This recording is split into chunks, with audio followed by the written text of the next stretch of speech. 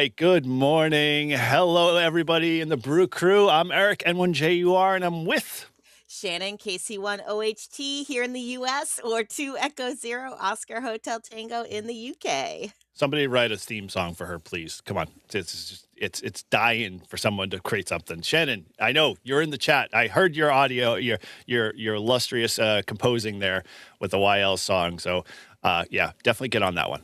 All right. Well, enough of that chatter. If you're watching live, say hello in the chat, everybody. Good morning. And tell us where you're coming from and whether you're sitting at the jobby job and, pretending to manage two screens there, us being one. But if it's your first time here today, I see a few in there. You're officially part of the Brew Crew. And so rattle them off, Shannon. Who we got in the chat this morning? Oh, yeah, we got Julie from POTA Power, just showed that. We got our favorite, Sean, what's his name? Sean. Wow. Oh, my gosh. We're still in this one.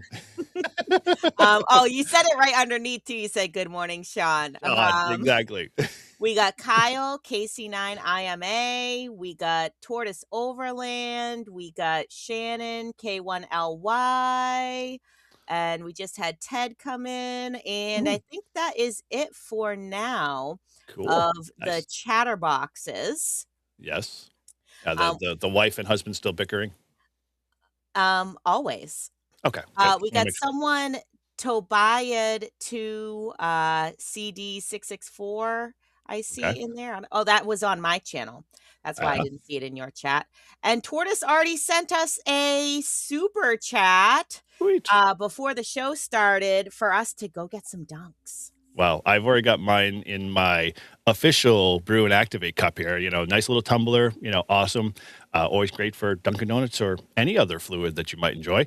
And, Shannon, I wish, Shane, over at the clubhouse could have found a big enough koozie wrap, but, she has to downsize, which that one doesn't look like. That's a large there, right? Yeah, no, I went with the large. You know what? I'm going to talk to Shane, though, because I have an idea of maybe a can koozie that will fit a Monster energy drink. Ooh, because that is my other jam. Like sometimes in the morning, if I don't get my coffee, I have the fridge stocked with Monsters. So I'll have like a Monster to kind of get me going. Or sometimes I'll do the Monster in the afternoon if I have the coffee in the morning. So I'm already one Monster and like a quarter of a coffee in. So I am fired up this morning. See, but like if you look at the Dunkin' Donuts cup, the larger ones have the smaller base. It's sort of like putting on a pair of tight pants you think you can still fit in. You might be able to put the koozie on the bottom of that. It still might kind of pass. I don't know. It's possible. It sort of fits, but it's not quite the right shape. It's like those jeans in high school we all wish we could wear again. All right. Well, welcome. As I said before, this is Brew and Activate. So quick heads up for folks. If you've just tuned in this morning, tonight, welcome, as we always like to say. But this is about real world POTA. We talk about the wins. We talk about the slow days. We definitely talk about weird stuff. That's no doubt. And all the lessons we only learn by doing here. So whether you're an activator, you hunt, or you're just POTA curious, then heck, you're in the right place. So if that sounds like a conversation you want to be a part of, then we want you to go hang out with us even after we're done with the show. And you can do that by heading over to our Discord there. That link is pinned at the very top of our chat there. So if you haven't joined the Discord, come be part of that. Come hang out in the Brew and Activate channel there. We're always doing some great stuff. We're always having some cool conversations. And we've got a lot going on, and this train ain't slowing down because we've got a lot more awesome, cool things to talk about and get deeper dives on. So as we always like to do, we're going to do a little quick housekeeping to catch you guys up. For those that obviously can't, and we understand, we all have our jobs on a Friday, and we'd rather be watching something like a show like this versus, listening to our manager, babble on there.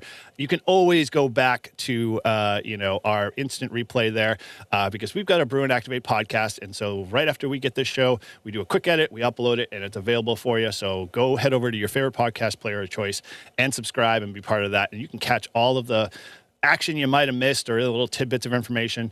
And that's all available anytime, 24/7. So yeah, definitely love you guys to be part of that. And if you got any comebacks or feedback on that, let me know because we're always interested to see what you guys think about it.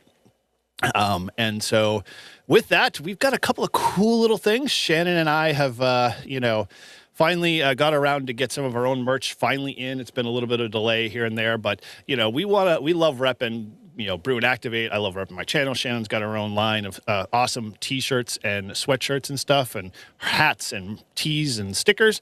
But today we both are wearing some really cool things. I am wearing our official Brew and Activate shirt. I'd spin around, but then I'd probably choke myself with the ear cord. But on the back it says POTA on. I also have one of my favorite shirts that I very much love. This one's our Activate, Logged, and Packed Up, if I can find the right camera here. This one's another great t-shirt. I'm looking forward to wearing that next week. I mean, heck, we're going to be hitting 60, 70. So we're going t-shirts all the way. And I know Shannon's got a couple. Yep, I have my POTA This Is How I Roll shirt on today. Can't really see it too well because my stupid background, but there you go. You can kind of see if I hold it up like that. There we go. So Well, that's POTA even better. Wagon, This Is How I Roll. Repping that shirt today. I placed the order and met up with Eric at HRO in Salem, New Hampshire yesterday, actually, and picked up my order from him. And so yeah, I see he's got my POTA This Is How I Roll sweatshirt up there. So since Shannon K1LY indicated that she likes long sleeve shirts and sweatshirts, I made everything as a long sleeve and a short sleeve. So the newest one that I just made, I don't know if we ever showed this on the show yet. I think we did last week, didn't we? The IMYL Hear Me Roar shirt. And I wore that yesterday, actually. I came home right away and I put it on. I was just so excited to wear it. So very cool color and very cool design. So yeah, if you're a YL or even not a YL Tortoise, you'd look great in this too. So, you might want to just head on over to livefreeandham.com/shop, pick up one for yourself and, sport your wares there, my friend. And if you're a OM, pick it up for your favorite YL. Yeah. I'm sure it makes a great gift. It does. 100%. I'm with you on that. So, and, just as a sidebar story, I haven't mentioned a whole heck of a lot of that, but, you might hear on Live Free and Ham. You ever hear about the little hammies, So if you head over to livefreeandham.com, we ended up, Shannon was kind of, taken back, but really enjoyed the little surprise. It was kind of like shooting fish in the barrel, sadly. I like to tag cars. So, those Jeepers out there, they have their ducks in the windshield and stuff like that. I'm like, I want to have something for the ham radio community. So I created this small little hammy here, and there's a small little disc on the bottom. You can put your call sign on here. I don't know if you can make it out with the light there, if I flip it over the right way. And it says, you've been hammed, and basically just put this on the, the little door handle, put it on the windshield, somewhere they're going to see it. And it's hilarious to watch because, short story, we were at Costco one time, and I caught a guy with his ham radio antennas on his car, and I'm like, oh, I got to grab one, grabbed it out, fill in my call sign, and put on there. And I was ready to drive away, thinking, like, no big deal. My wife's like, no, I want to sit and watch. And so we sat in Costco parking lot for 45 minutes waiting for this guy to come out of his car to see this little hammy on his little door handle. And then of course I'm like, all right, let's drive away. And of course, as I drive away, he must have saw my truck because I've got antennas on it, and he followed me all the way up to the light. And he's like, his wife's like tapping on her window to have me roll down, and then he's yelling from the driver's seat, "Thanks for the hammy!" And I was like, it was like, oh my gosh, this is a little embarrassing, but still fun altogether to be part of. So you can head over and pick up a few of those hammies if you want to just spread some, ham radio love, as they kind of say. So, all right, enough of that. Let's go back to our dual view here. Yeah. So, and to go along with that story about HRO and the little hammy, right? So, I got up there early. I figured, I'm not gonna drop Miles off at school, go home for like 30 minutes to an hour and just like sit there just to leave again, right? I hate going in and out of the house. I don't know if anybody else feels that too. Yep. So, I went to Dunkin' Donuts, grabbed my coffee, went up to HRO, and I was sitting in the parking lot.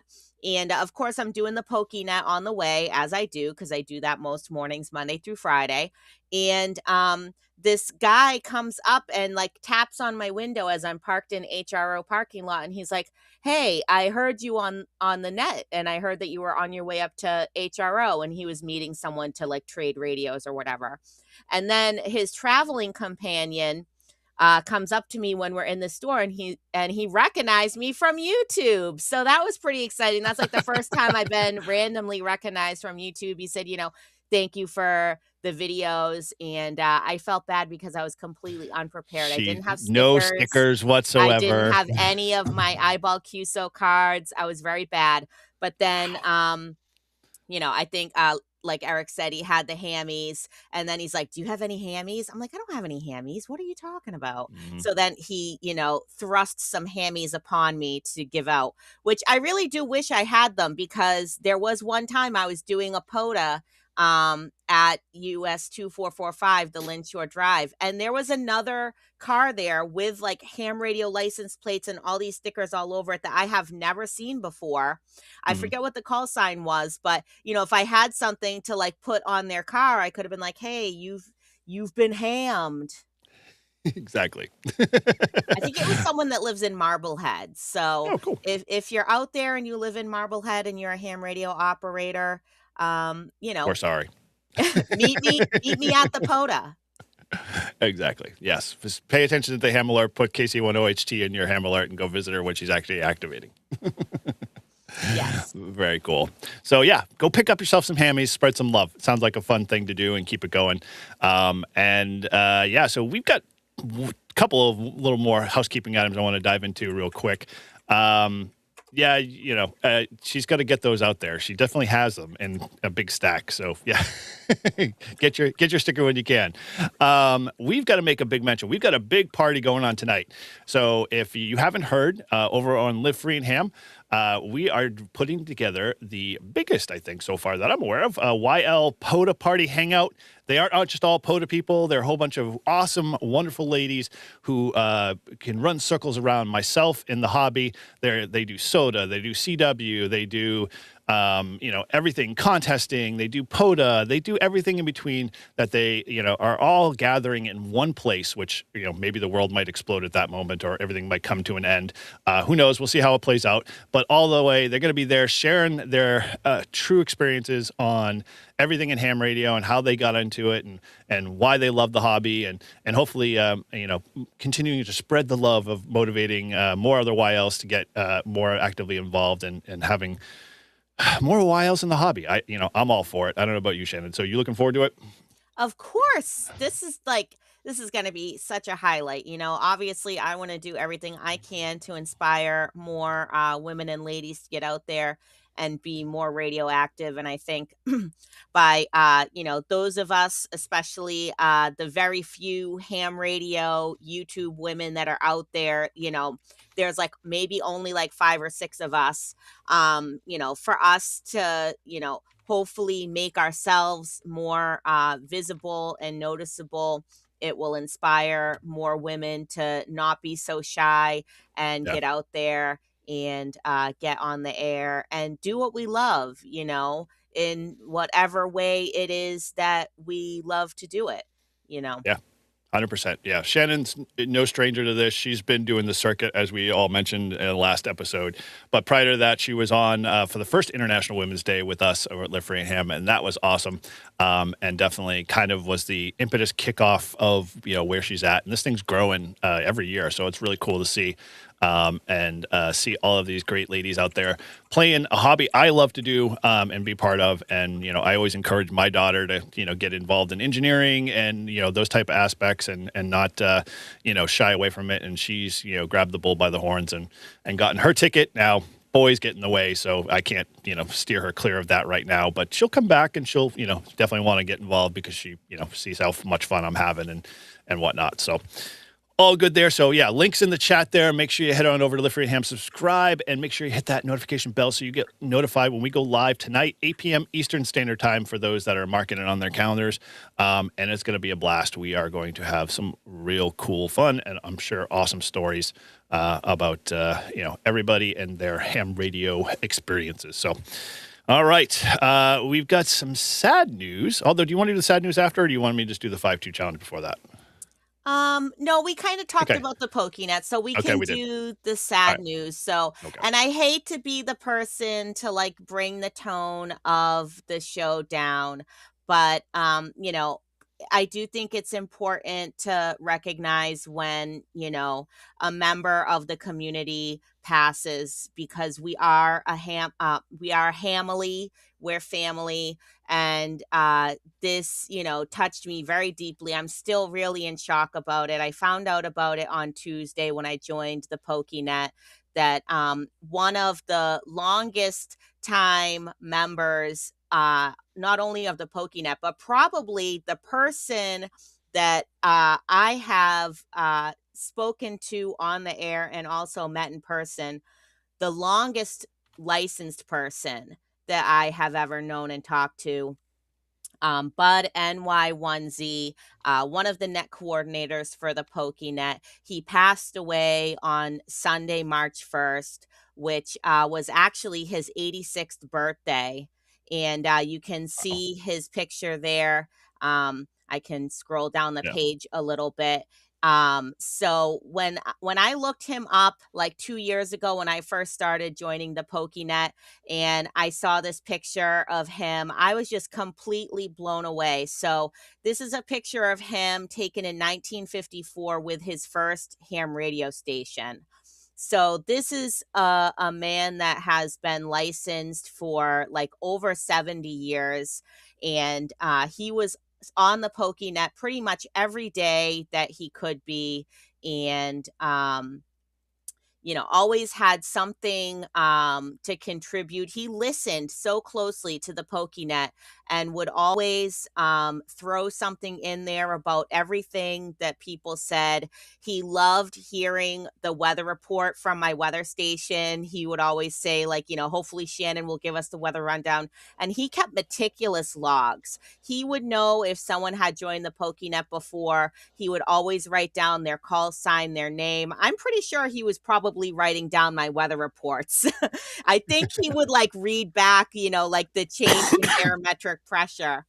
Mhm. And I'll never forget, when I first started joining the PokeNet and I wasn't really sure what to talk about. And this is a great tip for anyone that does, nets, whether it's 2 meter nets or HF nets. If you need to find topics, I started looking up this day in history on Encyclopedia Britannica. Oh, cool.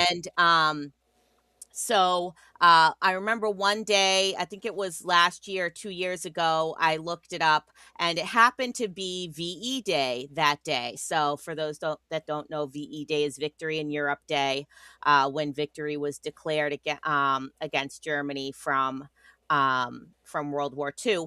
And Bud had mentioned that he had like vague memories of VE Day when he was 5 years old, and people like running into the streets and cheering. And I just thought that was so cool.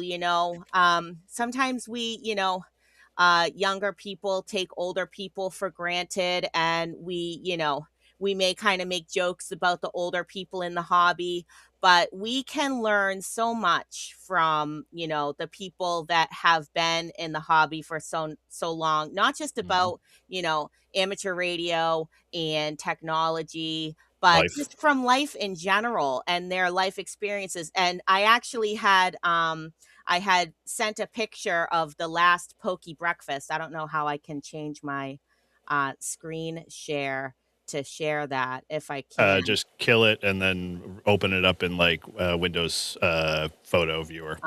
But yeah, so I think I had mentioned at one point I'll that, grab it while you do we it. should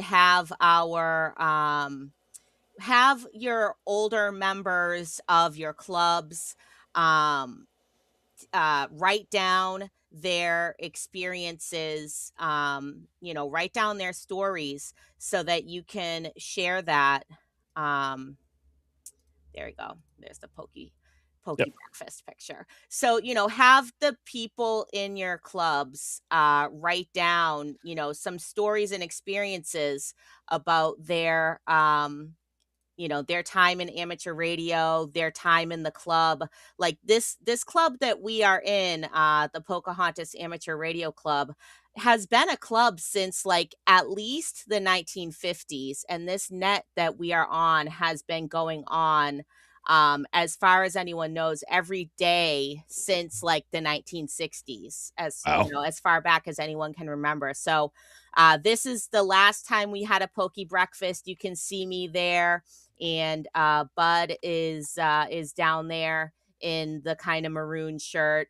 The gentleman next to him, I believe his name is Don. He had brought like binders of pictures of the Pocahontas Amateur Radio Club going back to like the 1940s Mhm. or 1950s. So, if you have a longtime club like that, I really encourage you to get those older members to write down some of the club history and club stories and like, meet up, have breakfasts, because you never know when the last time is that, you're going to see someone. You never know when their last check-in is going to be. Yep. This was completely unexpected out of the blue. He wasn't sick.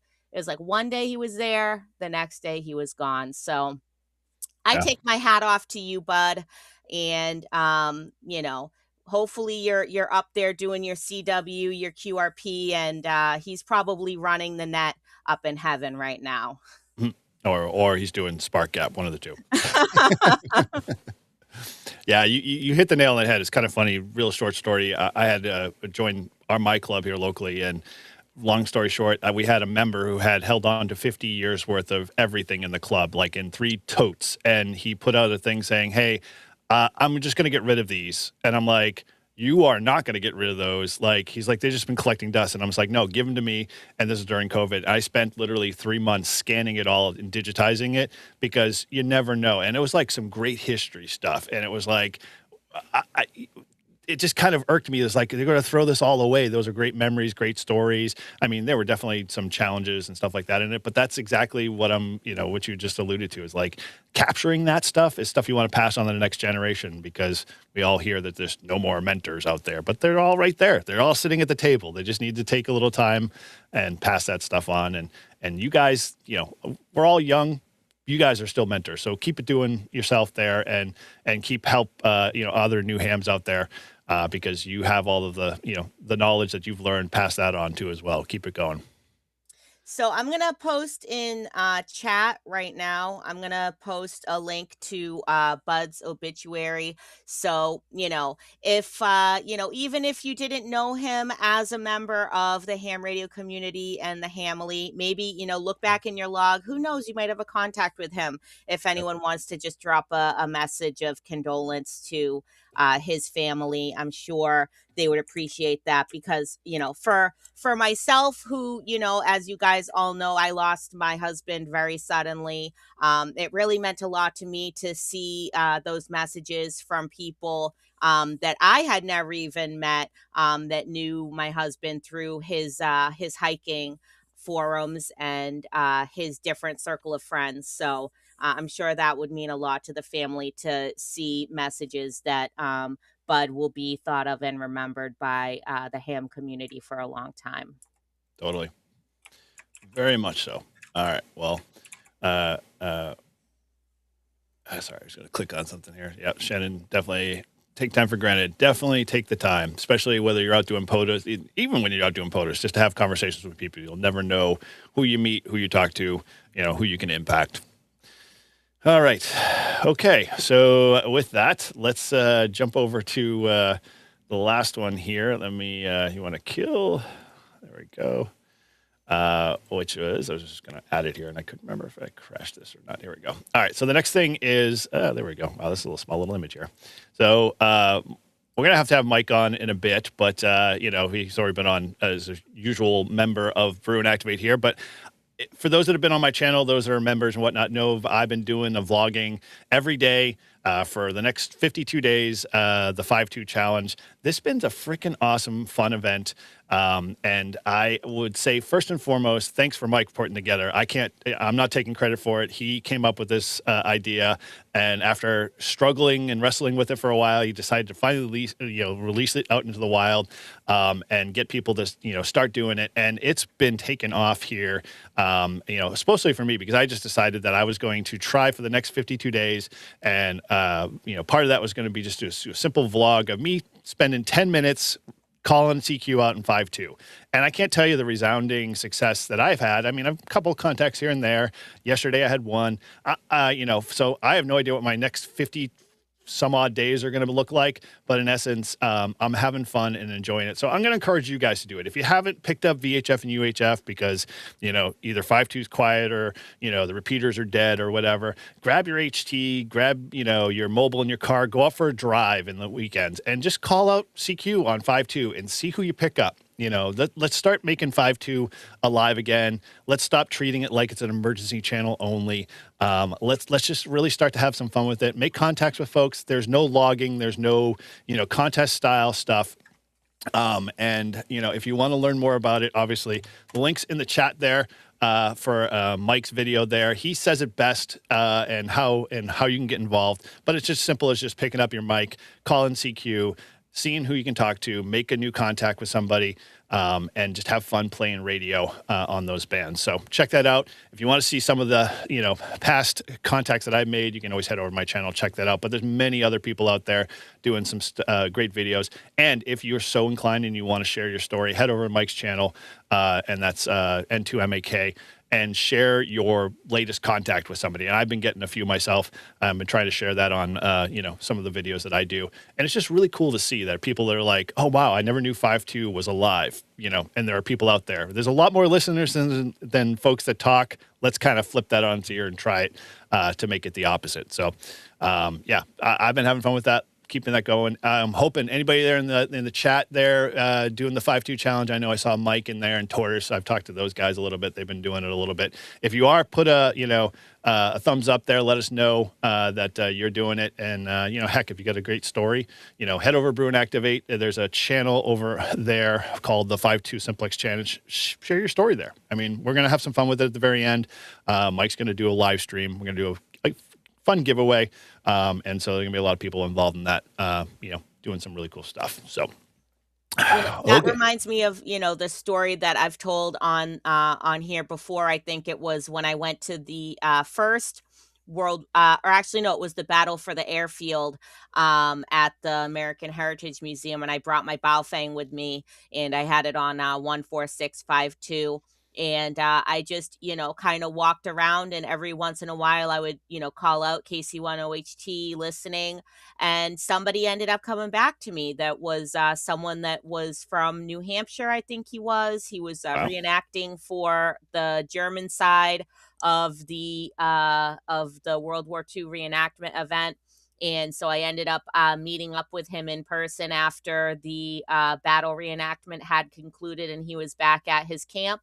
And gave him an eyeball QSO card and a sticker and had a little chat with him. And he was like, oh, I was debating on bringing the radio and I wasn't sure if I was going to hear anyone. And so I'm glad he did. I'm sure he's glad he did. And I think that's, a good idea, to, carry a handy talkie with you. Leave it on 14652.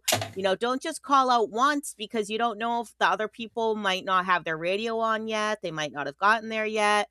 They might miss your call because they could be talking to someone else. So, call out every once in a while, throw out your call sign, let them know that you're listening. And if you hear someone, talking or hear someone come back, then, come back to them and start a conversation and say hi. Yep. You never know when you might make a new friend. Yep, Add a new member to your family. Yep, 100%. And, as she was saying, I did finally buy a Baofeng. I have a Baofeng in my possession. It is mine. It's not on loan. I am carrying this around for the next 52 days with me like I carry around my smartphone. So we'll see how it goes. You did have it on yesterday at HRO, I will say. It was on your belt. Whether or not it was on, I don't know. I didn't turn it on just because we were in HRO, and it's like being in church. You don't you put yourself on mute. But, so, and I didn't even have my Baofeng with me, but my Baofeng, I never put the belt clip on because I'm like, I'm a girl. I don't wear a belt. But now it's like annoying because I don't have anywhere to put it. Plus it has that really long signal stick antenna, which is very good, but it's also like poke someone in the eye. But I do have the Cadillac of ham radios, handy talkies. I have a Kenwood THD 74. Which I don't use it that often, only because the battery dies so fast. So if anyone knows how I can get a replacement battery or a bigger battery for a Kenwood THD74, hit me up in the chat and let me know. You heard it here. On it. So, excuse me. So yeah, good deal. Looking to see a whole lot more contacts. It's funny. Chris, Lost Nation Radio was in the chat there a little bit. He texted me yesterday. He was like, "Dude, where are you?" And I'm like, "I'm in the middle of a work day. I was working with a client." He's just like, "Aren't you calling on 5.2?" And I'm like, "Well, I can't. I'm in a big giant building." He's like, "Oh man, I'm on the top of Killington, Vermont." I'm like, dude, like that would have been perfect 5.2 contact. That's literally almost a 5,000 footer mountain in the middle of Vermont. And to be able to hit him down here would have been one for the books for sure. So, well, hopefully one day we'll get around to, maybe scheduling that sked to happen. But either way, take it out. You might get surprised. You'll be very surprised, who's out there listening and who actually might want to be able to hit that PTT to have a quick conversation and say hello. So, very cool. Yeah, Tortoise, thanks for the power tip there, my friend. Who turns their power down on their radio? What are you, nuts? Yeah, full power all the time. Yes, and twice on Sunday. Does the Kenwood THD74 even have different power settings? I don't know. It does. I'll have to explore. Isn't there a song that says "Turn the power down for what"? Something like that. Turn down for what? Exactly. There you go. All right. Well, we've got, we're going to be going a little long today. Maybe that's the new t-shirt design. What did I tell you last week? Well, the list is just so long, I'll never get to it. So you got an idea, you workshop it. Well, let's get back to it. I already gave you. So that one I can do because I have the font. Listen, we're never going to get to the show topic today, just so you know. No. But we did come up with a new t-shirt idea today. So since we were talking about Dunkin' earlier and we're talking about how RFK Jr. wants to cancel Dunkin' Donuts for having too many sugary drinks, in protest, you heard it here first, folks. Brew and Activate is going to make a shirt that says POTA runs on Dunkin'. In the font. And yes, so we need to wear this in solidarity for Dunkin' Donuts to not be canceled in Massachusetts for having too many sugary drinks. 100%. Love it. Bring me my sugar and bring me in mass quantities and coffee. So I grew up on coffee. It literally runs in my veins. I can't do anything less. If I don't have it, I have problems. Shakes and all of this stuff above. But that's just part of, being a Bostonian. All right. Well, let's dive into our lovely POTA Minute here.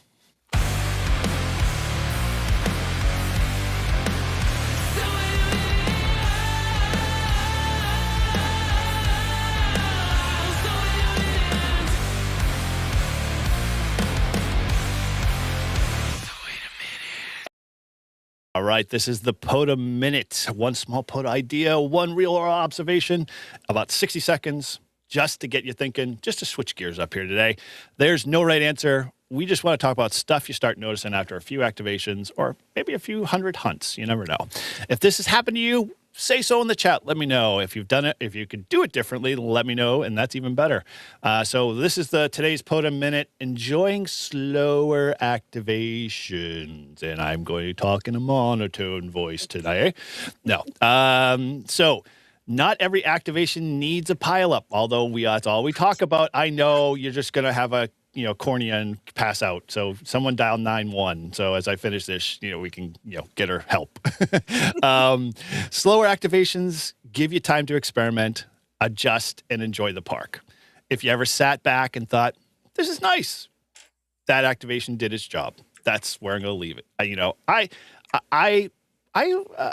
I'm warming up to this idea. Like, I know Shannon just, almost had a conniption and fell over that, the whole pileup is what we all strive for. But yeah, I mean, it's a fun opportunity to have a break in between and enjoy the activation and play around with something you might not, play around with on your radio because you were just in the middle of drinking from the fire hose. So, if you haven't tried it, try it. Let me know. Report back. Tell us. Maybe you have. And if you have, anybody in the chat, can you relate? We'll leave it out there. I'm curious to see how people think about that. Drop a yup, I am, I have, and I will, and will continue. Or not. Maybe you want to try it. Put it on your bucket list to try it. We're going to put a pause there. Let that digest. All right, back to our reaction here. So, all right, cool. We are plugging away here. I think, we're going to kind of dive into our topic this morning. So hopefully if you're here and you are, the topic caught your eye, your eye there a little bit and you're like, well, what the heck is this SO2R idea? Well, we're going to dive into something that I've kind of been tossing around a little bit, that I feel like, may be something to explore. I'm always about improving my operations. I like to experiment. I like to be able to learn how to use my equipment better. And so I'm always kind of thinking along those lines. And so we've spent a good chunk of time the last couple of weeks talking about hunters. And the week before that, we kind of talked a little bit about some of your radios and mics and, how to use some of the, basic functions of those radios. So we're going to kind of ramp this up a little bit. We're going to talk SO2R today. And so those that might know it, because Shannon, surprised me. I didn't know she didn't know what the SO2R stood for. We're going to dive into SO2R and POTA. I heard this, I can't remember if I heard it on HRCC one time or some other, stream. Someone was talking about, doing SO2R for POTA. And I think, at the time it kind of was just like, yeah, we'll put a pin in that and let's not talk about it. But I'm thinking, maybe it's a genius move or it could be absolute chaos. Who knows? Either way. So my question, I guess, to you guys is, have you ever been in a POTA pileup and thought, heck, this activation needs more radios? I'm waiting for the resounding crickets because I'm sure it's not I that mean, way. I will say again what I said in chat for those people that, were not here earlier is I could see it working if you had one radio going on 14652 if we want to talk about the 5.2 Simplex challenge, and then you have one radio on HF. Yeah, that could definitely do it. We're going to dive into that a little bit there. So for those that don't know what SO2R is as an acronym, it stands for single op, two radios. So that's you as the operator on a picnic bench at a park with two radios in front of you, operating two separate antennas with filters and a whole bunch of other stuff that we'll kind of dive into a little bit, and managing that whole entire chaotic situation for the benefit of being able to hunt and the benefit of being able to run an activation or be able to run different modes. You never know. I mean, so we're going to kind of shape this out a little bit. We're going to kind of talk about what it means, what it might include, and talk about it in the context of, the stealing a page from the contesting world, but to apply it in the POTA world, not as a contest. Now, I'm going to frame this very early on. So those that are, already pitchforks and torches, we're not talking contesting here. POTA is not contesting. It never will be. It never can be. We did it a little bit. We all decided that, we enjoy POTA for what it's worth. And it's all different for all of us at different, levels. But it's not a contest. You're not there submitting your logs. You're not there looking for, how many, team points you can kind of get and how many multis you can get out of the whole process. There is a paper chasing component to it, but that's something you don't have to do. It's kind of just automatically there and available to you. So put a pin in that one. Let's just kind of dive into it here a little bit. So let's get over to our lovely slides here this morning. Going here. So, all right. What we want to do? Any things in the questions while I set up here real quick that you want to go through in the chat there, Shannon? No, just Tortoise says that he's invading the Northeast and he wants us to POTA with him later today. So Oh, yeah. He asked me. in case you missed that. Bricker thinks that I should do calligraphy while paper logging on POTA activations. So yeah, let me just grab that, that quill pen and that parchment. Get feather. Go feather. Yeah, exactly. I'll get right on that. He said, to slow down and train myself to remain calm. keep calm and POTA on. Yeah, on. Yep. Keep calm and paper log. Yes, Two more she was shirt at HR. ideas. And oh my gosh, we're gonna be drowning in t-shirt ideas. Help me. We have to have a t-shirt of me drowning in t-shirts. So, um, all right. Well, so as we touched base a little bit here, yeah, is this an idea? Is this something that we can maybe get our heads around and kind of try?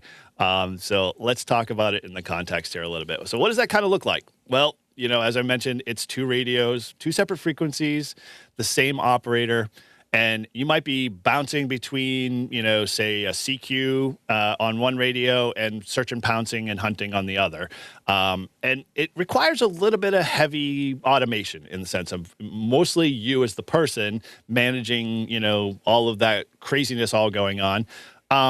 But I'm going to put the caveat out there that it is possible to do in a park. I mean, there's nothing in the rules that says we can't. There's nothing that, we can't do multiple different bands or different modes. We just have to obviously abide by, some obviously basic ham radio, exchange, as well as, the ham radio rules of conduct and so forth and so on. So let's kind of talk a little bit about what, this can kind of play out as a scenario here. And a few of you were definitely saying that you use 5.2 when you're doing POTA activations, and that is definitely a viable option, and we're going to kind of touch into that a little bit more. But from a standpoint, you can have two separate radios, so you can have an 891 and a 705. You can have two QRP radios. Whatever you've got in your stable is what you're going to bring with you. And you're going to set it up appropriately with the batteries and antennas. And there's some technical components you probably want to include in that just to make the experience a little bit more easier so you don't desense radios and you don't have too much of a challenge trying to work a lot of the HF bands. But from a standpoint, here's kind of the four scenarios that I kind of thought of.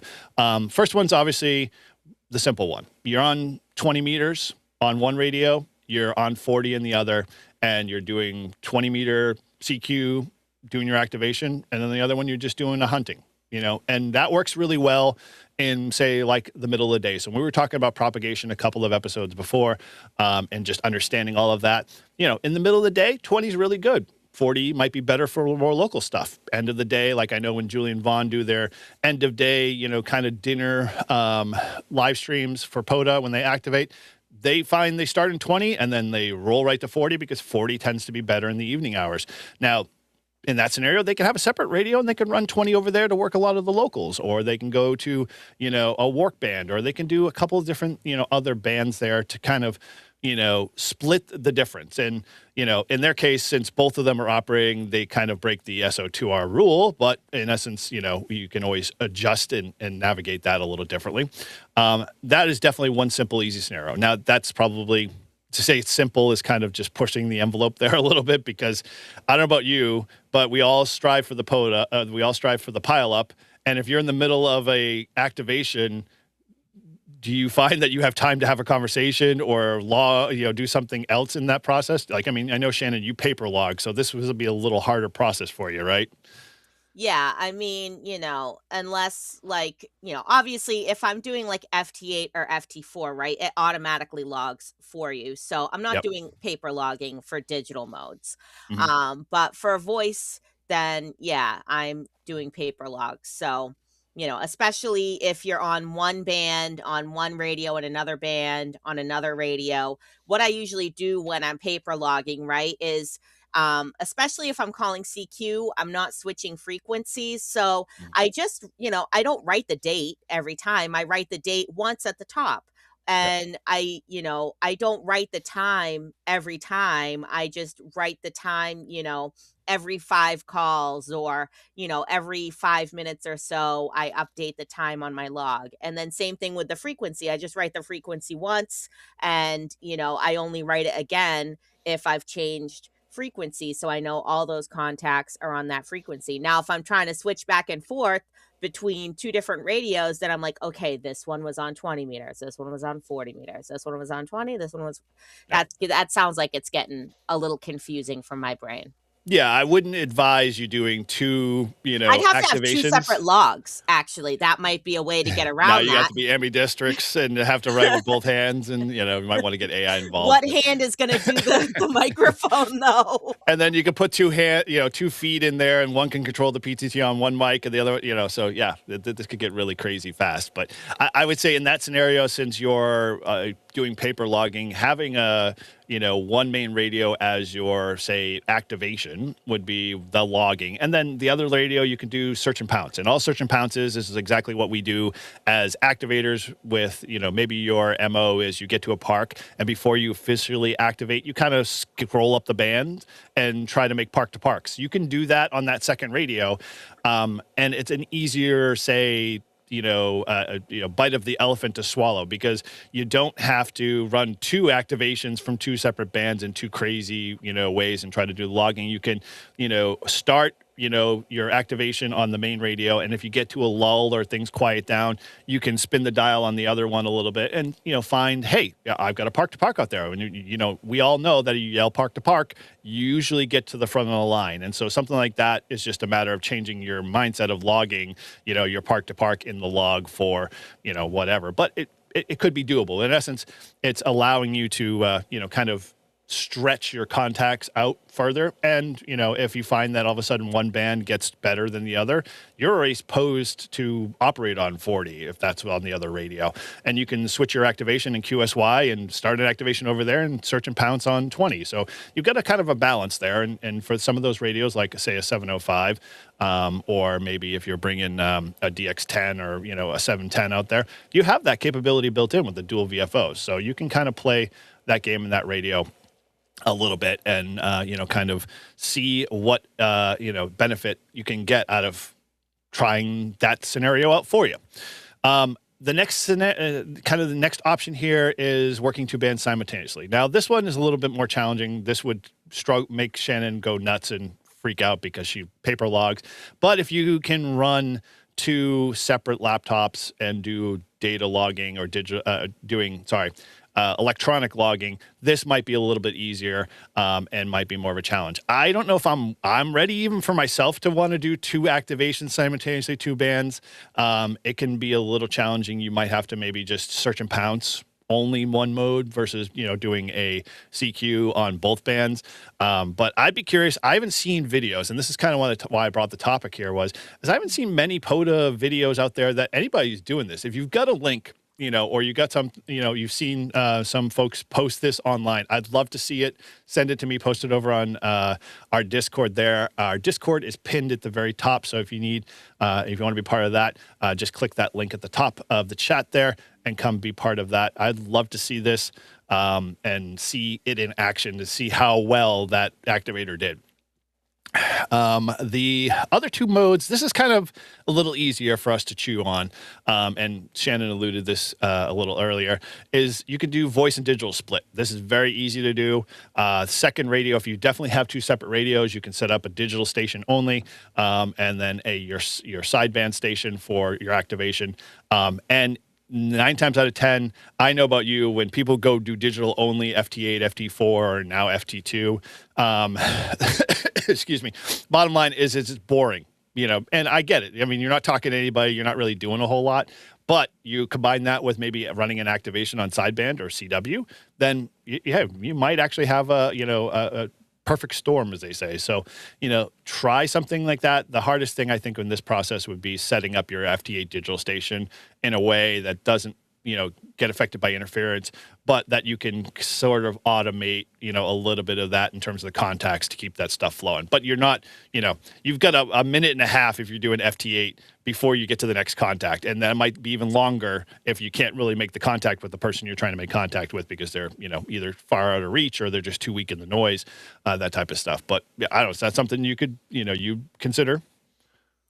Yeah, definitely. Actually, now that you mention it, I haven't done it on POTA, but I have done SO2R single op 2 radios At home? at home using my 2 different call signs. So I had, my home station running FT8 out in the living room on the laptop, and I was running FT8 remotely to the station, in the UK using my UK call sign. So I've done SO2R, and then I run back and forth between the two computers to, what I was doing actually was I was trying to make contact with myself. As crazy as that sounds, I was trying to make contact with my own call sign. And I did sort of manage to do it. I think it went like one way and it confirmed and went through all the way in one direction, but then in the other direction, it didn't get the last like 7-3, so it didn't count it as being logged.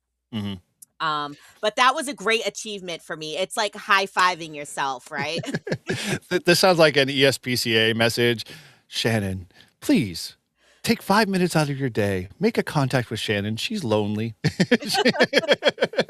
It's like, come on. No, I get it. That's a cool feat and alone that you can hear. Like, we all deal with it. Like, if we want to hear our audio, we'll throw a web SDR on to see how we sound when we're calling kind of CQ, that type of stuff, or record our, audio. So it's kind of the same, mindset. So good for you. But That's awesome. so to bring up something that was said in chat from LB4FH, and I think I already showed it once, Kajil. but Yep. to show it again, that you need the good bandpass filters, right? That is one thing. And, we experienced that on, even at the 24-hour POTA, right? I mean, we were many ops with many radios. Mhm. That one radio is causing interference to the other depending on what band you are. So whenever you have multiple radios and multiple antennas, really is what the problem is. You need to have that, proper separation of the antennas, or you need to have the bandpass filters to stop the interference. I must have sent my notes out way earlier because we're going to get into that. So very cool stuff. Yeah, we won't leave the equipment side out of it because I think that's important for sure. But yeah, 100%. That's a key ingredient in this working very well. All right. So the last one, obviously, Shannon alluded to and mentioned in some of her setup there is that, yeah, you can run VHF on one side and you can run HF on the other. I've done that both in my truck when I'm, parked and operating at a park, run 14652 on my VHF UHS setup and call CQ on that. And then, I'll run an HF activation on my 891 in the truck on the ATAS, or, run it off the external antenna off the bumper mount or whatever. And so there are those options, and that is much, I'd say, a little easier to do than say an HF to HF kind of thing, or an HF to digital, or sideband to digital. There's a little bit of a challenge, obviously, and there's some very well seasoned folks here in the chat, and I appreciate all the feedback. To be able to make that work really well and not make you frustrated.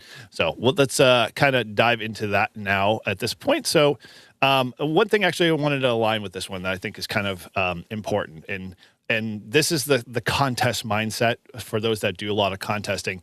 Contesting is all about rate, all about like making contacts as fast as you can, hitting your multipliers, and basically increasing that number every time you kind of do the activation. And that's not a bad thing. But that's contesting as a whole. That's not what I'm trying to do here. So the idea is that, and we talked about this as a hunter and how the activator, kind of symbiotic relationship works. The idea of the activator controlling the rhythm and the process of their activation plays very well into this. So you don't have to run at a fast rate. You can control the rhythm. You can control how you take calls, that type of stuff, when you put a pause in, all of those things. So you don't have to worry about like, oh, if I start this off, I'm going to be drinking from the fire hose forever, and then I'm going to just end up missing contacts, and I'm not going to be able to get them in the log, and all of these things start to creep in. This isn't about rate. So taking a stab at this is very doable, but doing a little planning with the idea that you also have a say in how that process works, how you run the bands, how you call CQ on certain ones, do search and pounce on the other, running those two bands simultaneously. When you're getting into VHF and HF, yeah, that makes that gap even wider, because we all know, and doing the 5.2 challenge, 5.2 or other bands that you can call CQ on in terms of Simplex, if you're doing Simplex, FM, that you've got enough time in between to put pauses and still be able to handle the HF kind of congestion, because we all strive to be on HF because HF is alive and very active a lot of times, especially when you're being the activator yourself. So you can kind of deal with the delicate balance. So all about that. Just remember, it's not about rate. It's not about throughput. It's not how efficient you are. It's learning how to be able to deal with that balance and manage the activation the way you see it. All right, let's finally get into what will we actually bring, because this is kind of obviously important in this mix. The answer isn't, I'll just bring 2 radios.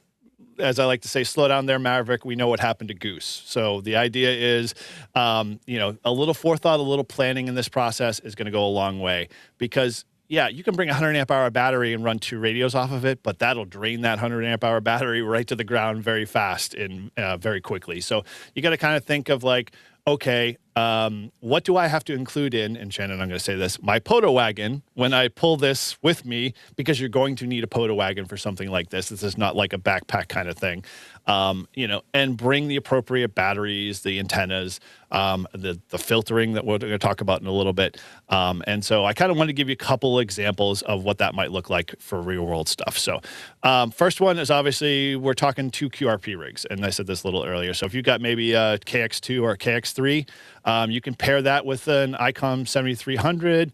And I just noticed that the lovely AI, added a 1 to the 7300. So that's a new model radio that you haven't heard of yet. So you might want to check it out. It's new. It's only available on n1jur.com. We're future proofing. We're super proofing. Exactly right. And, pairing it with, say, maybe an 891, a 7300, a 710. So you have that balance of, QRP style radio running at a lower power. And then you have your 100-watt radio for, maybe doing that CQ call. But the idea is, not trying to minimize what you're bringing, because this is not that type of exercise. You really want to bring the appropriate amount of gear with you when it comes to supporting those radios, because you're going to have a horrible experience at the end of it, because your battery is going to get chewed up. You're going to get, front end interference from, say, the QRP radio from your 100-watt radio if you're not running appropriate filtering, or maybe you've got a VHF rig that you got to get set up appropriately for, its own battery, and understanding what it is in terms of its, standby charge or draw versus, when it transmits kind of thing. Those things you have to understand to outfit yourself with the appropriate setup in a way. Now, that does kind of help a little bit or make it a little easier if you've got, some money to throw at the problem. Buying a 320 amp hour battery for something like this, they are coming down in size and they're still giving you enough power. You could do an SO2R pretty easily with that size battery with 200-watt rigs, and be able to manage it appropriately and just dial down power if you need to, and still be able to get like a good 4 or 5 hours of activation on a 320 amp hour battery. So, if you can do something like that, that's great. If not, use what's in your stable, use what you got already, and try to match it up appropriately and test it out before you get out there and do that. Next thing, excuse me, 2 antennas or the option of antennas. This is going to be kind of an interesting one, because this kind of ties into placement, what you have, what you're running in terms of style of antenna, and whether or not you're running kind of, a resident or non-type of resident. Because if you're running non-resident, you don't have a built-in tuner, you're going to have another component you're bringing with you for that capability. And you had to kind of build this out. So I'm throwing this out here for the purposes to get you thinking, because in essence, you're going to have to do a little homework and write this stuff out and give yourself kind of like a whiteboard session to talk about of what would be the ultimate setup for you to be able to bring with you. I mean, anything kind of like, we're going to talk about some of the antennas, but Shannon, anything coming to mind as you're kind of thinking as I'm talking about it? Well, I'm just thinking, we all love the saying 1 is none, right? 2, yeah. And 2 is 1. Well, if you're bringing 2 radios, it's kind of like 2 is none, 3 is 1. So it's like you gotta, almost bring 3 of everything or 4 of everything, just to make sure that you're not forgetting anything. and that you have everything that you need. So you're really almost, quadrupling your POTA power, Yeah. POTA load, when it comes to, trying to run, especially if you're trying to do something like two really complete rigs, right? I mean, if you're Yep. bringing something like, a actual radio and then a handy talkie for doing, the 2 meters, that, certainly lightens your load a little bit. Yeah. Or, 100%. or when you're working, if you have, like I have radios that are permanently installed in my car, and then, I, do the POTA from the car, then, Mm. I always have that FTM 500 that I can fire up if I want to do, the 2 meter or 70 centimeter simplex. Yeah. Yeah, definitely. It's thinking through that process and just kind of saying it out loud might help a lot and go a long way versus just kind of like, oh, I'll just wing it because that this is going to be a big failure moment if you find that, oh, like I'm missing whatever, fill in the blank, and you realize that, oh, it's going to ruin part of the activation. So you have to kind of scramble to recover. But obviously, some of those antennas, I think we very much already are familiar with. Running resonant. We all know resonant antennas are very versatile. They're already tuned. They're already ready to go, kind of out of the box for us for the bands that they're cut for. So having that capability, mixing it up, bringing, say, a vertical like a Wolf River coil or a Mad Dog coil, and setting that up, and then running a end-fed wire antenna like a Reliance or a Pactena or whatever radio you want, or if you can distance yourself enough, and you want to run two verticals, those capabilities are there. And you just kind of put some thought around it, because then you got to think about coax, you got to think about chokes, you got to think about filters, and the list kind of grows exponentially there. And the one thing that we didn't even allude to, I mean, are you going to do headphones? And if you're going to do headphones, how are you going to do that? You're going to do one ear here, one ear there? Are you going to do a switching mechanism? Are you not going to run two headphones and you're going to try to listen between two radios? How are you going to handle the mics? I mean, are you going to just do two separate mics? All of those things kind of, grow big time. And like, there are things like Schmitty's, why am I forgetting the interconnect headset standard? Oh my gosh, help me out there in the chat. The OHIS, there we go. That's what I was thinking. The Open Headset Interconnect Standard allows you to interface multiple radios to one headset, one microphone kind of thing. You might want to think about something like that. I mean, that's like major overkill, but it might sufficiently make the two, say, sideband, search and pounce and CQ a little easier to manage, especially if you got a set of headphones. So there are things out there. I know, like I watched Julian Vaughn's POTA Power when they do, they have dual mics when Vaughn and Julie are activating, so they don't have to throw the mic at each other and that whole thing. They just basically use a nice little box in the middle that kind of manages all that with one radio. You can definitely kind of look into those types of scenarios and think about putting that together. Other things, foot switch. Do you want to make things easier? Do you want to just, key up the microphone? You got to kind of think those things through a little bit. And you obviously want to think it in a way that's going to be efficient, and what radio you're on when you're transmitting versus like, having, one microphone and one pair of headphones split between two. When you key up, you don't want to be keying up on a radio you're doing search and pounce, calling CQ, and you don't want to be, doing search and pounce on a radio everyone's expecting you to call as an activator. So that's kind of where the chaos can kind of ensue very quickly when you're in the midst of it, and trying to juggle that is going to be a challenge for sure. So kind of thinking around those are definitely some good food for thought. All right. So we kind of touched on a little bit of this one.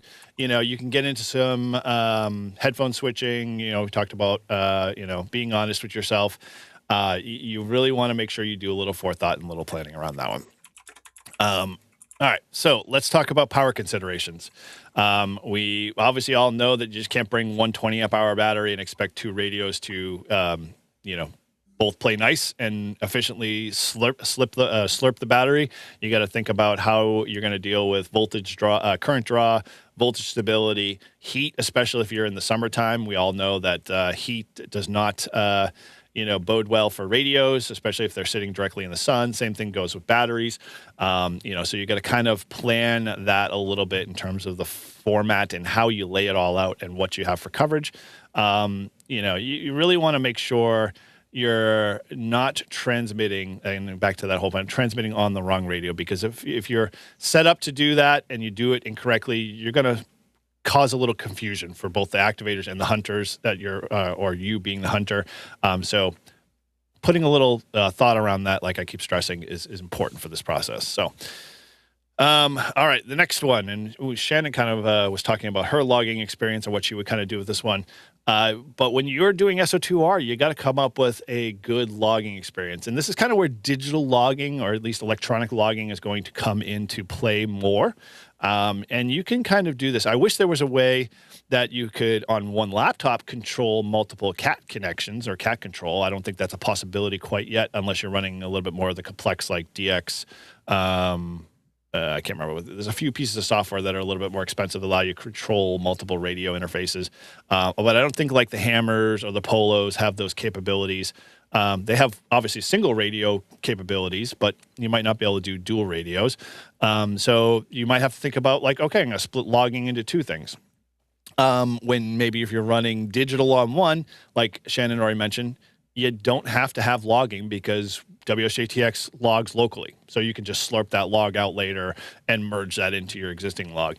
But if you want to run, some logging packages, you got to build that connectivity in through WSJTX and your logger and then export and all the other stuff. So you got to kind of play around with that. But then the last one is kind of, you want to make sure you're logging, and Shannon said this earlier, is that, you got your right frequencies, you get the right modes, you get the right contact call signs in there. And that's where kind of like the QRZ verification helps a lot. So you streamline that and you're not, copying the wrong call or copying an incorrect call, so you can't get the QSO in the log. And how you balance all that, well, I'm going to kind of leave that up to you, because that's a challenge to every operator's operating style.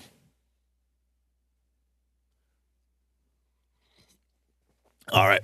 So any craziness you want to add to that, Shannon? Yeah, Julie was talking about having a foot switch for each radio.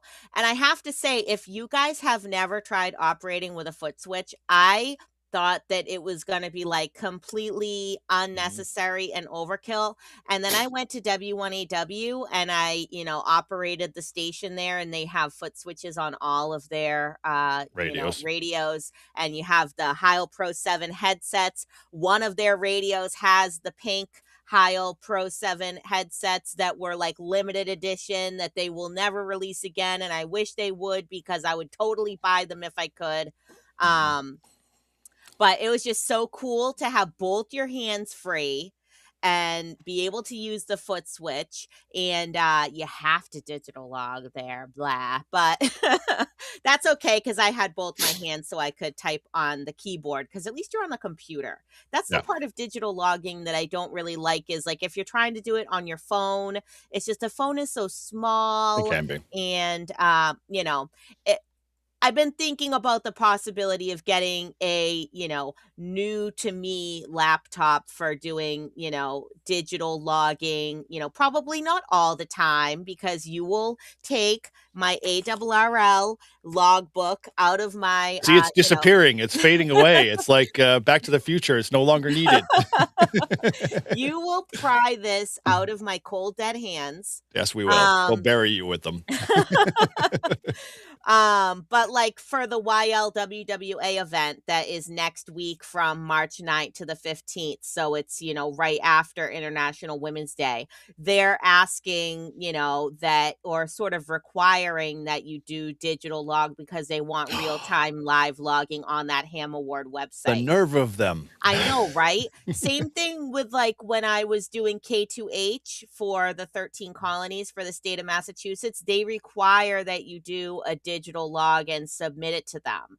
So, there are times when digital logs are required. So, you know, I do have my little Maestro Evolve 3 Jankopotamus thing, but that's okay for the digital logging, but you know, it's kind of getting slow, so might want to upgrade a little bit to um, you know, a slightly newer to me laptop. All I have to say is Mavis Beacon is calling you. Start learning how to type better. What do you mean? I You've am a never heard of Mavis Beacon? of That's how everybody learns how to Of type. course, I used to call her Mavis Bacon. Yeah, it's probably the right pronunciation, but No, anyway. I think her name is Mavis Beacon, but of course, listen, I had to do typing class in high school with actual typewriters, old man. I old man, that's how I started. Please, come on. I had the IBM like you could, it was like almost like a teletype machine. It was so loud in that classroom. I was like, you had to come out of there with your ears ringing. You're like, oh my gosh, all of these kids typing. It's annoying. Like, let me go over to the computer lab where it's quieter.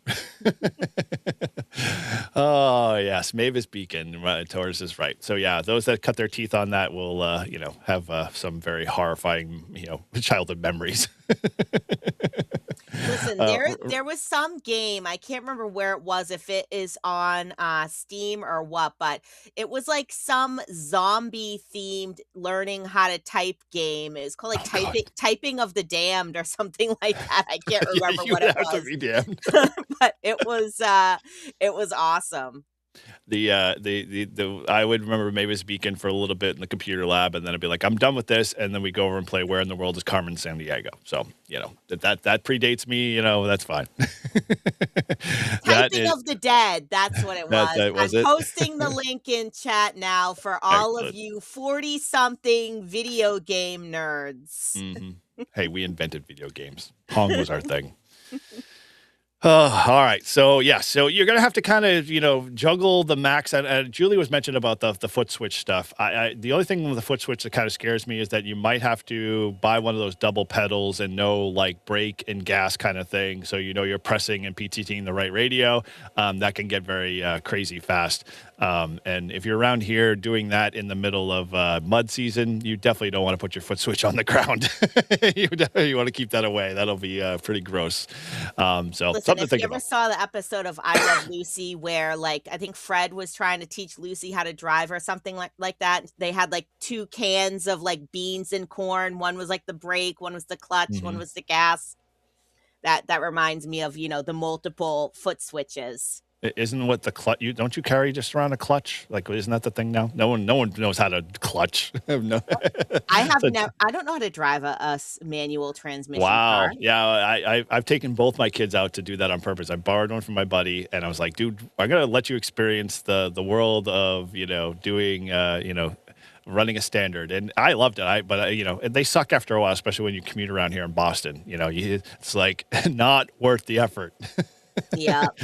So, yeah, no, it's funny. I saw a meme last night. My wife threw at me. She's like, "Do you remember this?" And she's like, "It was you knew when you had to go to bed when you were a kid in the '80s when you heard the ending song to MASH." Like do do do do do do do.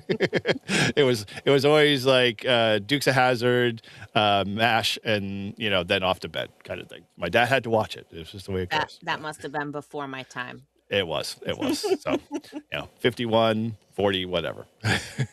Big gap. Okay. All right. So let's get on to, so this is something you're gonna have to work out. This is, however you work this into your, work or workshop this into your logging process, you'll have to figure this out to minimize some of your headaches. I just had a great idea. Oh. Bringing a manual typewriter into the Oh my field gosh. to log. Do you understand how heavy that would be a load? Nevertheless, where are you going to get the power to power that thing? Because those things No, like that's why literally 110. manual typewriters don't need power. Okay. So you're talking like early 30 kind of things, like you slide the register over and you're like, Yes. yeah, This is why we have POTA wagons. yes, for carrying around, then you might as well just Listen, like, I might have to do this for the lols. then do it. You pack your Drake twins, put those in the cart, and get your Spark Gap key, all If set up. anyone out there has a manual typewriter, let me know so that we can get together. We're going to make this a YouTube video. We are okay, man. You're just piling the shit on, aren't Maybe you? for the 24-hour POTA camp out, this year, 2025. Hey, Tortoise, as you're planning that stuff out, make sure you create a small separate space over in the corner, and she can put her typewriters and Drake twins over there, and relive the old Roaring 20s. All right, and she'll be able to provide her own heat. That's for sure. That'll be no problem there with those things. Fire up the tubes. All right, so kind of one of the things I wanted to do is do you announce like you're doing an SO2R? I kind of think that this one is up to your own, decision-making process, because ultimately, yeah, it can overcomplicate your activation and really get it off the rails fast. But you got to remember, a lot of when we do POTA, hunters just know the rhythm already. And so they know an activation is an activation. And, a hunter is the people that they run into when they're trying to, make contact with the activators. So try to keep it as simple as possible. You don't have to tell people that you're doing it, because ultimately, I think by doing that, you're setting yourself up for a little bit of a failure. So think about it in the sense that, keep that part secret to you, your activation. Obviously, work the activation because that's important, because hunters are depending on those contacts and those things for whatever they're looking for, or however they're trying to activate, or however they're trying to log you. But don't let it mess up the pileup management, because I think that's a big thing. Ultimately, your activation, as we all know, is important, because you are responsible for the logging. You are responsible for the submission. You are responsible to give credit to those that credit is due. So make that important and make that kind of the focus, and then everything else will kind of fall in line from there. So don't worry about really trying to do the whole mission. Try to focus on one main key component, and then when you walk away, that is what you want to think about. All right, so yeah, should you actually try this is really kind of, I think, what we all want to think about here, is that if you have one of those, I don't know, I don't know best how to describe it. So we're just going to maybe you're a good candidate for this if you've done a lot of activations. If you just, you're activating a couple, days a week, you're getting out there, you're doing a lot of Jabberjaws and Sean. Those two guys, they're out there 2 or 3 times a week and twice on Sunday kind of thing. They're experienced activators, so they kind of know their gear well. They know how to activate. They know how to, deal with the scenarios that they put themselves in. And they're very comfortable managing those pileups and managing the conversations and the QSOs. And they have a very good acumen of how to log, paper, electronic, mix of both. All of that. They understand how to deal with RF. So if you fall in any one of those categories or all of those categories, then you're probably a good candidate for something like this. This might be something to stretch you a little bit, something to make you a better ham radio operator, a better POTA activator. All of those things that you're kind of you might feel like you're just oh, I know how to do this. I could do it with my eyes closed with one arm wrapped around my back kind of thing.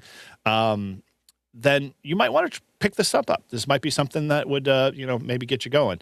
But if you're a glutton for punishment, I would say don't do this. But if you're a first-time activator, don't bite the big elephant, in one whole bite. This is not something you want to try first thing out of the bag. But if you're a contester and you have a good idea of how to do that stuff, yeah, it might be something you want to give it a try if you're trying to pick up POTA and learn that.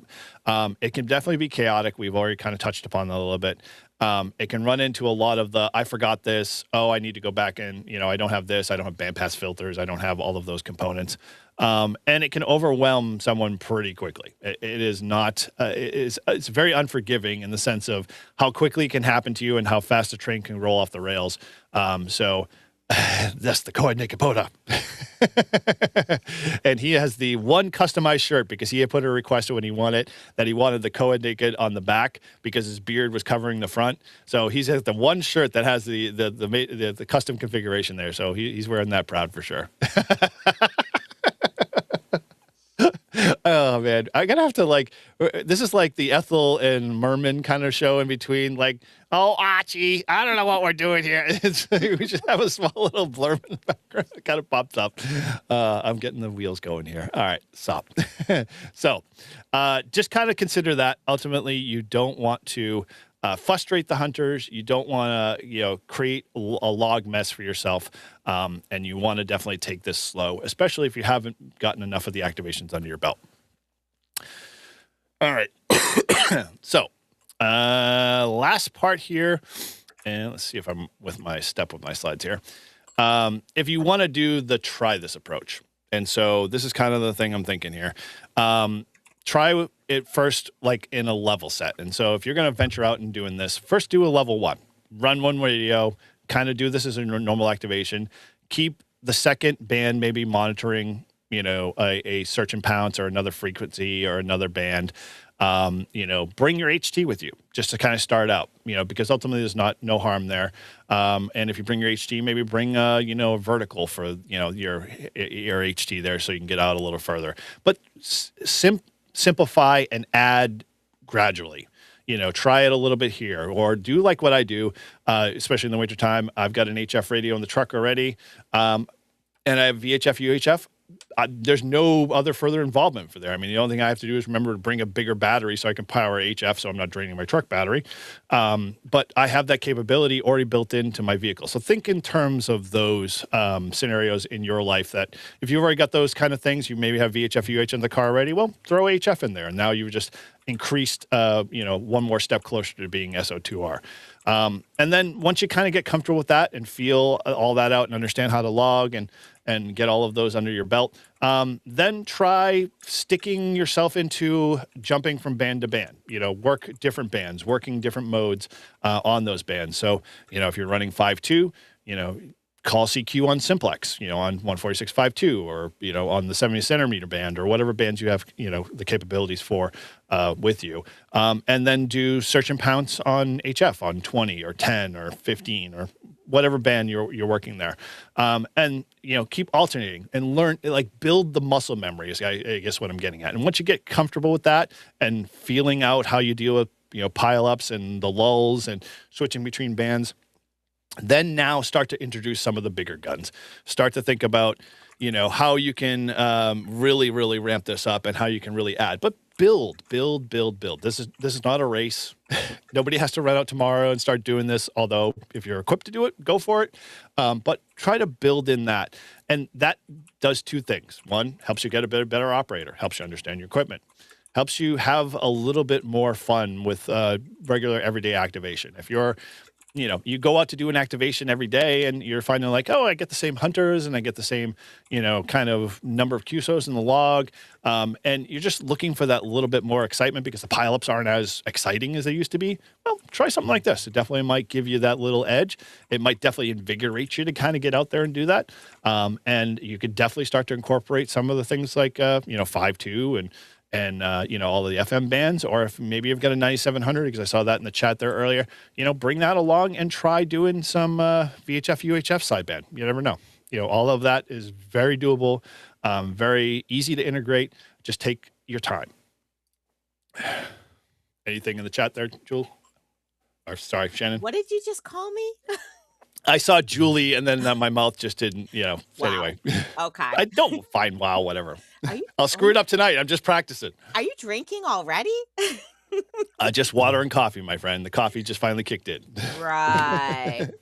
So, no, Shannon and I are in there. We're talking about, different themed POTAs. So she's talking about having a pajama POTA party, which I think sounds like tons of fun. So now all these different ideas of themed POTAs that you could do, right? So we could do Halloween party POTA where we all wear costumes, or for those of you who are Disney nerds like me, which, no one is a Disney nerd like me. I'd rather go to paper logging.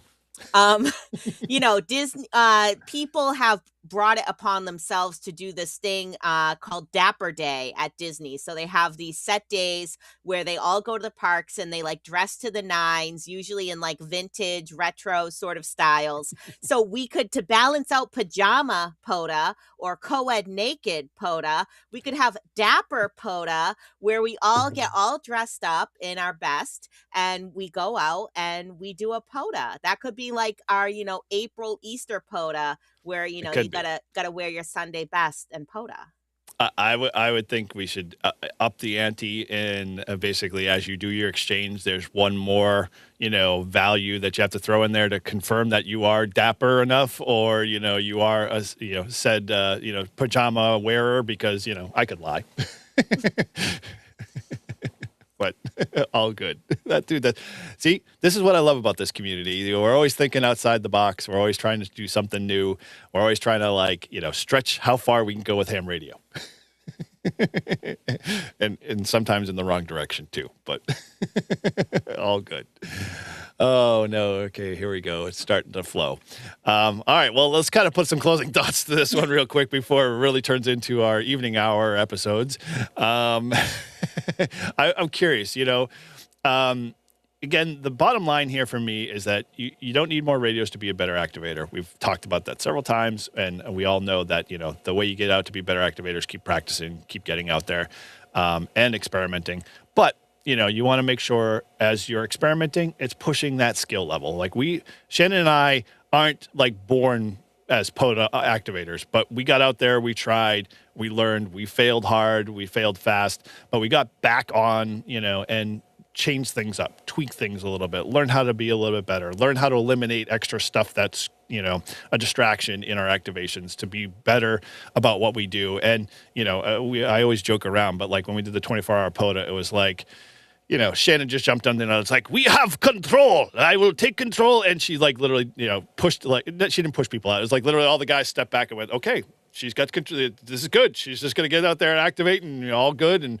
banged out contacts. Well, And then it's we all, the radio was stuck on CW mode, and you guys didn't know how to get it out of CW filtering don't blame mode. me. Don't blame me. Because you guys didn't know how to use you guys didn't know how to use a FTDX10. So, I came over and I just helped you fix the filters. Next year, the 24-hour pro, I'm bringing my Flex just to confuse you. No, don't. Flex is bad. That a threat or a promise? Flex is bad, but that is another show topic for another day. If you want to know why Flex is bad and why everyone should boycott Flex, join us in the Discord. We're gonna go down that road outside of the radio, but anyway, I am aware of that 100%. Okay, all right. Well, there are people shouting out some radios there in the chat as I see it go by.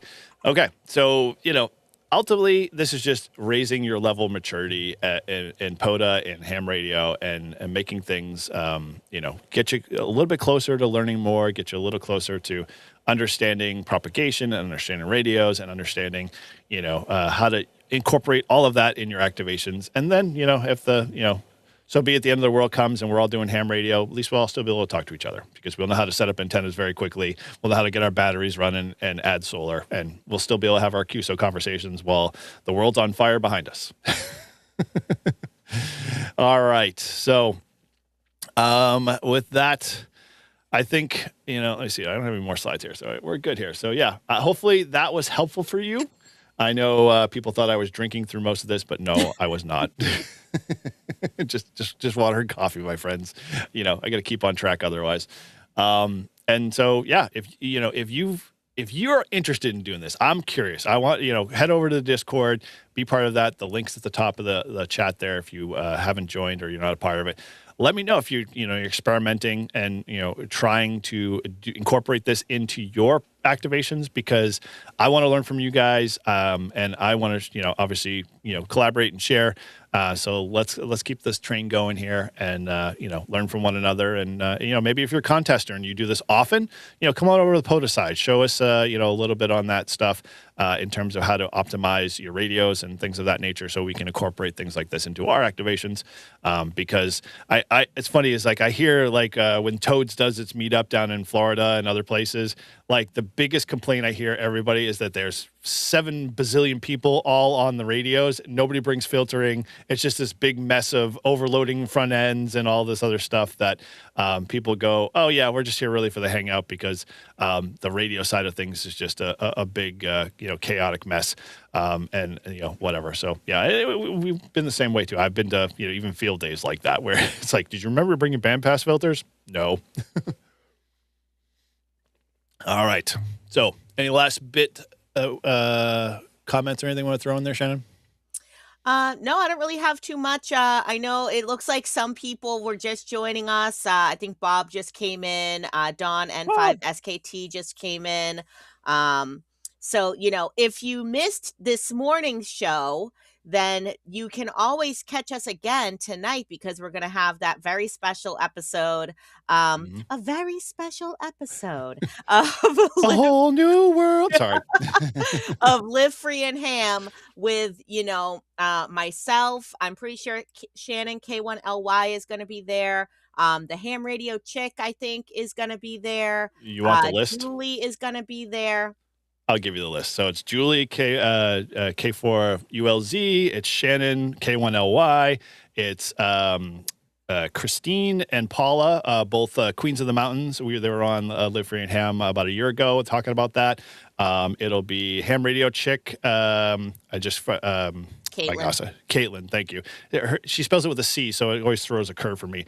There'll That be is how you spell it.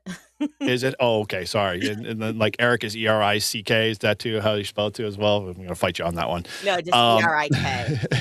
That's even worse. That's a fight words. Oh my gosh, I just had 3 others there. So yeah, we're gonna have a huge group of ladies there, and I'm looking forward to hanging out with all of them. We're just pretty much probably gonna just say hello. We're Live Free and Ham, and then it's just gonna be a ladies show. That's kind of how I'm envisioning this. It's ladies' night. Don't get demonetized. It's ladies' night. The good news is Live Free and Ham's not monetized yet, so we're already set for that. Good on that one. So head on over the link here. I'll just throw in the description in the chat there one more time there, just in case you missed it. If I grab it here, come on. That is, you can head over Live Free and Ham. If you're not already subscribed, hit that bell and you can check out all that action. It's tonight, Eastern Standard Time, 8 p.m. So get that on your calendars, and we'd love to have you hanging out there. And yeah, those that are doing the 5-2 challenge, freaking keep going. It's awesome stuff. I'm enjoying it. I'm having fun. Head over to Mike's channel, N2MAK. Check him out there if you want to learn more about that. And that link here, I'll throw that in the description as well because, there's a lot of latecomers here. And so with that, we can put a bow on this and wrap it up. I'm definitely... hopefully you enjoyed what we were talking about today. I mean, it was definitely a little different, and hopefully you guys can contribute more. Head on over to the Discord. Let us know how you're thinking through this process if you're going to try to attempt it, and let's see if we can support each other along the way. And with that, remember, whether you're activating, hunting, the goal is simple. Have fun, stay safe, keep exploring, and until next time, are we going to try this again? Do I have to write this down for you? Yes, I'll just say, keep your radios on, the PTT down, and POTA on. POTA on.